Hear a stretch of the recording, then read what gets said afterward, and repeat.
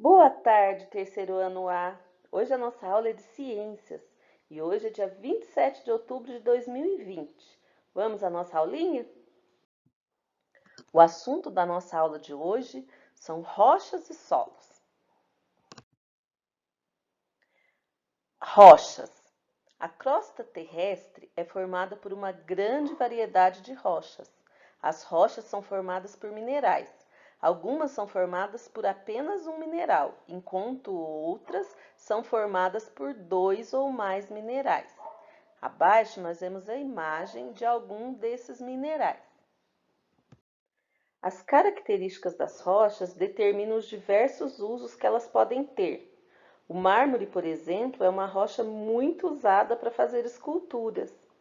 Aqui abaixo nós vemos a fonte Pedro Botelho, ou fonte do Leãozinho.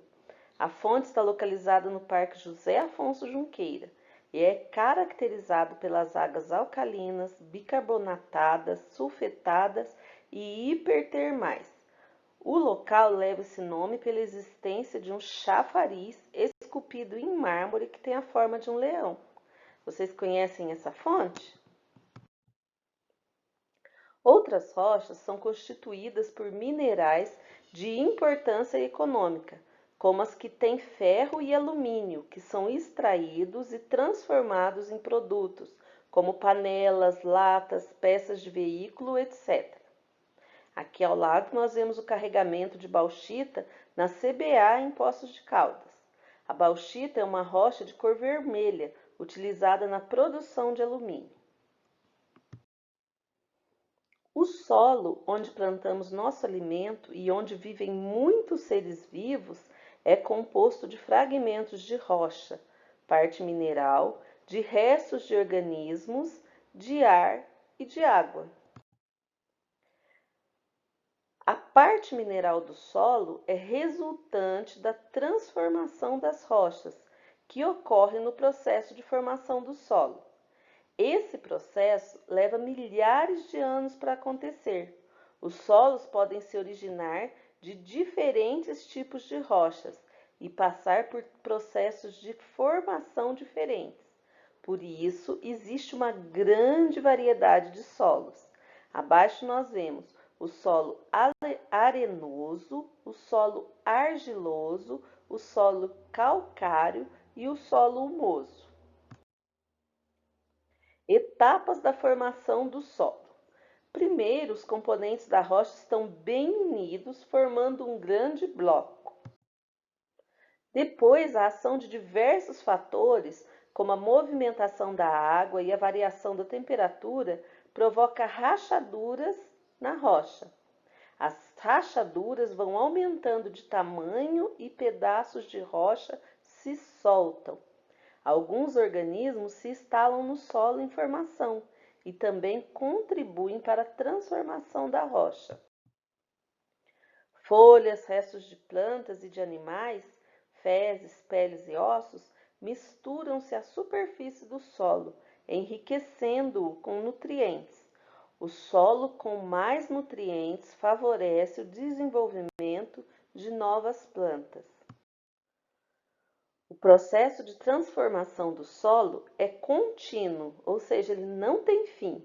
Com o tempo, o solo vai ganhando camadas das mais superficiais, que sofrem mais transformações, às mais profundas, pouco modificadas. Ameaças ao solo. Erosão. O vento e a chuva podem alterar a estrutura das rochas e do solo. Atividades humanas como a criação de animais, o cultivo de plantas e a construção de cidades podem intensificar essas alterações, de modo que os grãos que formam o solo fiquem mais suscetíveis de ser arrastados pela água das enxurradas ou pelo vento. Esse deslocamento de parte do solo para outras áreas é chamado erosão. Desmatamento. As várias espécies de plantas formam uma barreira contra o vento e a chuva, e as raízes sustentam as partículas do solo. A retirada da cobertura vegetal ou desmatamento deixa o solo vulnerável à erosão. O plantio de mudas em áreas desmatadas pode proteger o solo contra processos erosivos. Impermeabilização. A impermeabilização do solo acontece nas cidades, pois grande parte do solo é coberto por materiais como o asfalto. Esses materiais são impermeáveis, ou seja, impedem ou dificultam que a água penetre a superfície do solo. Quando chove, a água escorre pela superfície e se acumula em locais mais baixos e planos, o que pode provocar enchentes. Churume. O destino inadequado do lixo também é grande fonte de contaminação do solo. Isto acontece porque, com o tempo, o lixo produz um líquido escuro e tóxico, chamado churume, e é extremamente poluente, tanto para o solo como para a água. Os agrotóxicos são produtos tóxicos que têm por finalidade controlar pragas que destroem as plantações. Nas zonas rurais, a aplicação de agrotóxicos em plantações pode poluir o solo. Como o solo é capaz de reter grande quantidade de contaminantes, com o tempo os agrotóxicos tornam o solo infértil, gerando até risco à saúde. Compactação. Nas zonas rurais e urbanas pode haver ainda compactação do solo. Construções como edifícios e avenidas, bem como pastos onde se criam bois e vacas, espremem o solo, diminuindo os espaços entre os grãos, poros, e deixando a terra menos areada e macia.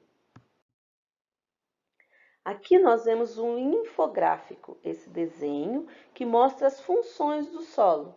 São muitas e o solo é muito importante porque ele fornece serviços ambientais que possibilitam a vida. Ele regula o clima, por exemplo, ele regula as enchentes, ele é fonte de recursos genéticos e farmacêuticos, ou seja, no solo nós encontramos alguns componentes que podem servir para curar doenças. Também ele faz com que o nosso ar seja mais puro, além da produção de alimentos, fibras, combustíveis. Toda essa matéria que a tia deu nesses slides estão no nosso livro de ciências, da página 23 até a página 28. Se vocês quiserem, vocês podem dar uma lidinha lá, tá bom? Atividades. As rochas são formadas por minerais, água ou vegetais. 2. Quais são alguns usos das rochas? 3. Qual é a composição do solo? 4. Cite 4 tipos de solo. 5. Cite 6 ameaças ao solo. E 6. Cite 5 funções do solo. Uma ótima tarde e uma excelente atividade para todos vocês.